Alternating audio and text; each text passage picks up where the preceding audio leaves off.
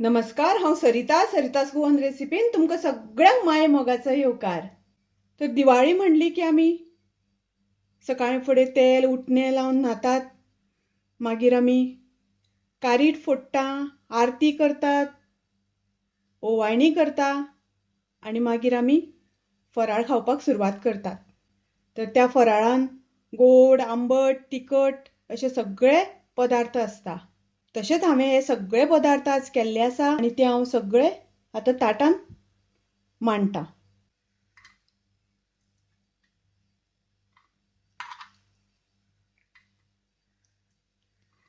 ही चण्याची उसळी, बटाट फोव, आमाड्याची करम, हे गोड घालून केल्ले फोव, गोड फोव, गोड आनी सोय आनी मीठ घालून केल्या, हे दह्यातले फोव, तशेंच आमचे सगळ्यांच्या आवडीचे रोसांतले फोव, हे तिखशे फोव, बेसन लाडू, ताच्या नंतर रव्याचे लाडू,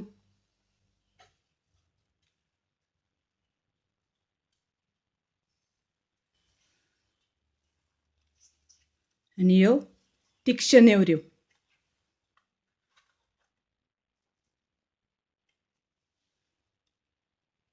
तर अशे हे सगळे जिन्नस आमी दिवाळेक करतात।